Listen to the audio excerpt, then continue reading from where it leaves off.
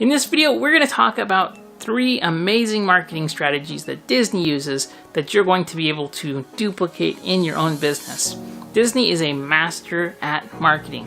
If it's not clear to you, they're one of the biggest companies in the world. Calling all marketers. Discover a treasure trove of free guides and software to supercharge your digital marketing prowess. Click the links in the video description below to unlock expert resources for increasing conversions, maximizing ROI, and more. Click now and revolutionize your marketing strategy. World, they're amazing storytellers and they've built brands around their characters and their stories. And small businesses can take note from what they do and really apply some of these very, very important strategies and see their business grow as well. So let's get into today's video. Hey there everybody, my name is Brandon Brashears. I create daily digital marketing videos here. So if you're looking to grow your brand or your business with digital marketing, be sure to subscribe. If you like the video, hit that thumbs up button and comment below if you have any questions at all. So let's talk about Disney. Disney is a titan of marketing. They are huge. They've been around for Mickey's almost 100 years old, and Walt Disney has built a tremendous empire. I don't think anybody would argue that. But there's a few things that they do that is extremely, extremely smart that you should be doing, and it's marketing related. So let's talk about it. I think the first thing that they do, number one, is when they develop an asset, they repurpose that asset for all kinds of other things. So I'll give you an example.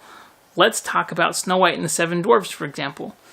We have a movie that's seriously almost 100 years old. It was made in like 1936 or something like that. And they have repackaged, repurposed, and resold this through all kinds of different channels. So they took their one asset, which is Snow White and the Seven Dwarfs, which isn't even their story. They don't own that story. They took it, they made a story about it, and then they are repackaging it. So they had the initial movie and box office, which did well, and then there's been books, merchandise. They've repackaged and reproduced that video. They did it on VHS, and I'm sure they did it on Laserdisc, and they did it on DVD, and they did it on HD DVD, and they did it on Blu-ray DVD and 4K DVD. Not just the movie, then you have all of the merchandising, you have clothing, you have costumes, you have stuffed animals, you have all kinds of things. The point is here that they've taken something that is seriously almost 100 years old, and they continue to repackage, repurpose, and resell this asset. They've done this with all of their movie productions and all of their characters and their theme parks. They're able to constantly churn out things that look and appear new, but in reality it's the same thing just being repackaged over and over again and sold in a new way to consumers who like the product. I think that seriously, I probably bought, when I was a kid, I probably had the VHS just in my house, and I'm sure I bought the DVD.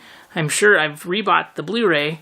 I'm sure that I've bought the digital version, right? So like they've resold this. When they have a customer who shows interest in this, there's additional multiple ways for you to buy and engage with this franchise. And it just is extremely smart. So there's also been spin-offs and all kinds of things where they take specific characters and then they'll make, different kinds of merchandise and all kinds of things. The point here is repurposing works. When you have something that is high quality, so whether it's like a piece of content that's a pillar post or a video or some kind of content or a product, you can repackage and repurpose that and reuse it and get so much benefit out of it, especially if it's something that people like and are engaging with. So if you have something that's working or that's something that people like, take that and figure out, how can I repackage this to make this new? What can I add to it? What can I take away from it? What can we do to make this something that somebody would want to buy again? And when you figure that out, you're going to be able to add more revenue to your business because you're only able to do 2 things, either reduce costs or increase sales. And that's how you make more money with digital marketing in business. So if you can sell the product more times over time, you're going to make more money.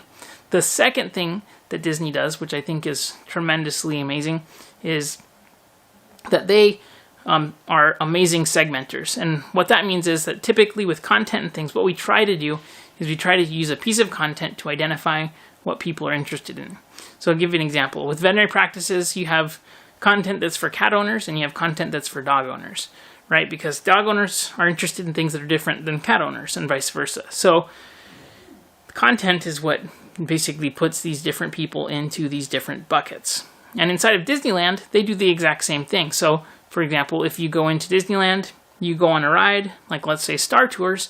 When you're done with Star Tours, what happens? You exit the ride, and every single one of the rides exits into a gift shop. And it's not by mistake. You just got hyped up, you waited, you engaged with that piece of content, which is the ride, and now they're showing you relevant offers based on what you expressed interest in.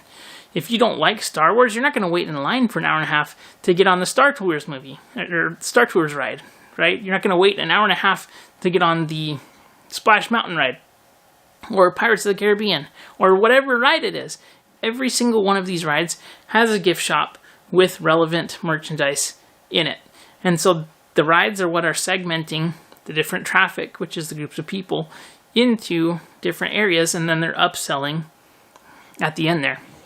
So they are tremendously effective at selling merchandise and getting you ready to buy stuff by using the rides as the item that segments. So this is what the end goal is for you and your business. You should be segmenting your content. It should be set up in a way so that if somebody is a dog owner, the content that is going to attract dog owners, you then will show relevant offers to people who are engaging. So content is what segments, and then show offers that are relevant.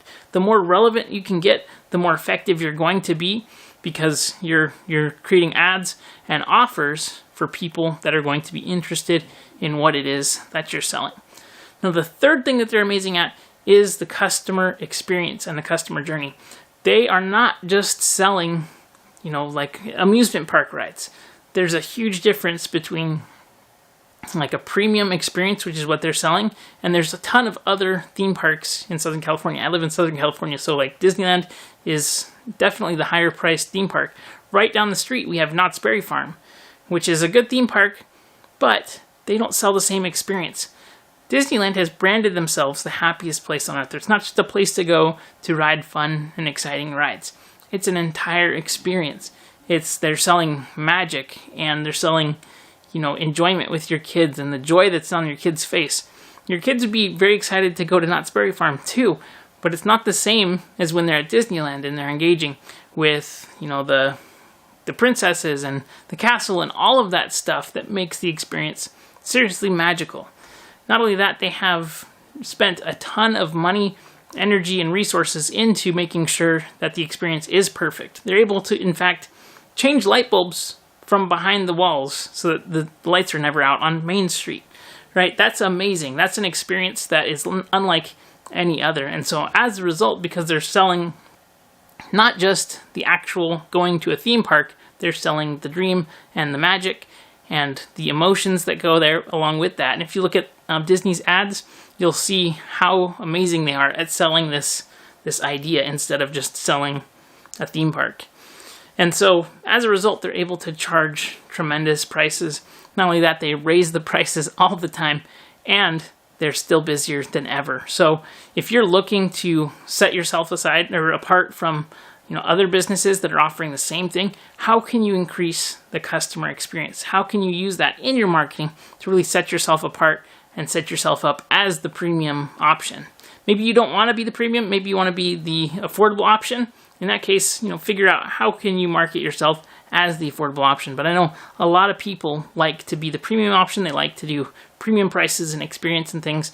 So if that's you, you need to figure out how can you make it magical. You're not just selling a fun time, you're selling magic. What can you do to make it magical for your clients and customers?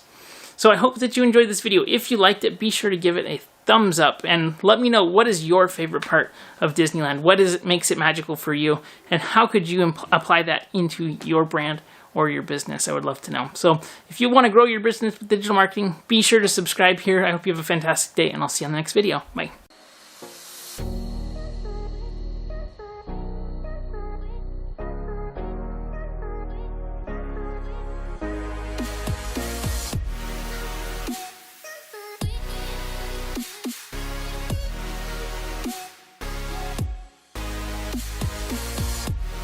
Attention digital marketers. Level up your skills with free guides and software.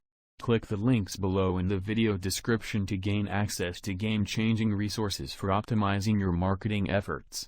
Take charge of your success. Click now and dominate the digital landscape.